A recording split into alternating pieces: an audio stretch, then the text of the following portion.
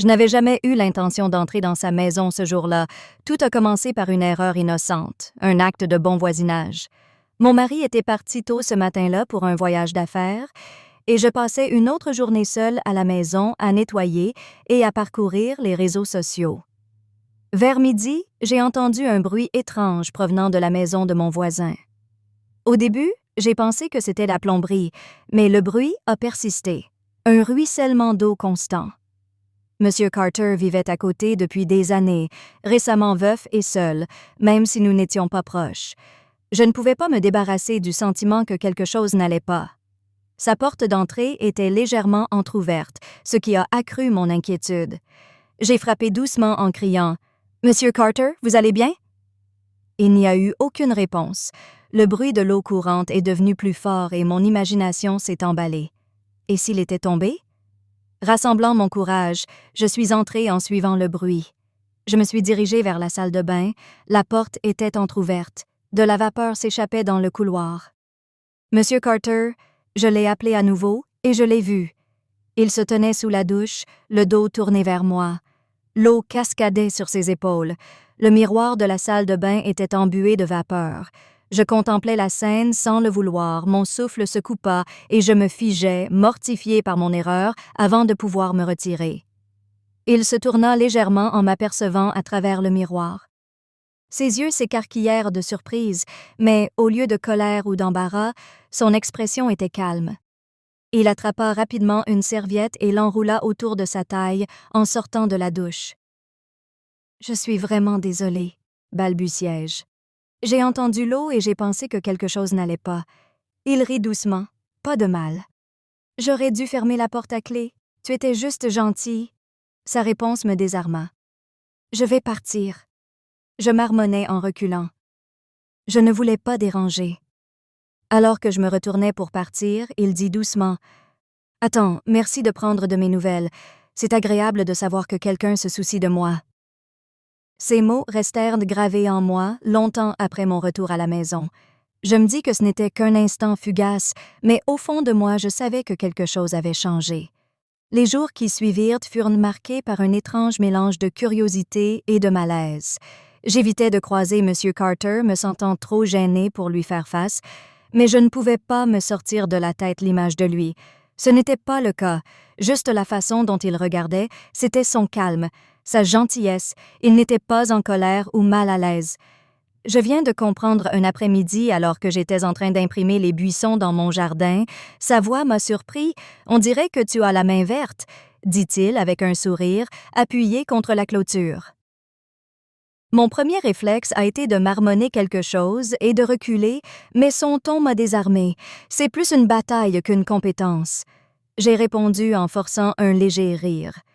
« Tu te débrouilles mieux que moi.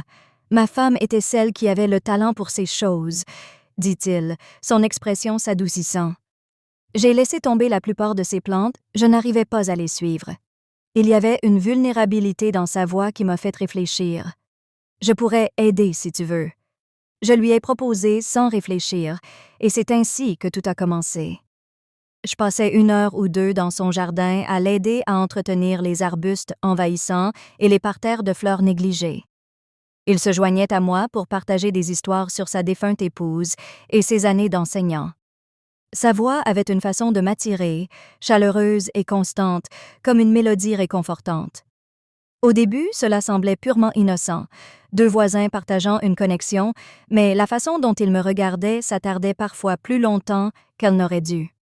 Je ne pouvais pas nier la façon dont mon cœur a sauté lorsque sa main. J'ai brossé le mien un soir pluvieux et je me suis retrouvée à sa porte avec une assiette de cookies. I'd baked to distract myself when he opened the door. His smile was warm for me, he asked, gesturing to the cookie.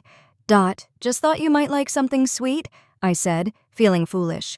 He invited me in, and before long we were sitting in his cozy living room. The warmth of the fire contrasted with the chill outside. We talked as we always did about everything and nothing. But tonight felt different. There was an intimacy in the air that neither of us acknowledged, but both of us felt as I set my glass down on the coffee table. Our hands collided, and instead of pulling away, we froze. I looked up to find his eyes on mine, searching, questioning. Dot. You don't have to stay if you're uncomfortable, he said quietly.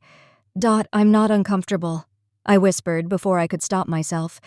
He leaned closer, and I didn't move away.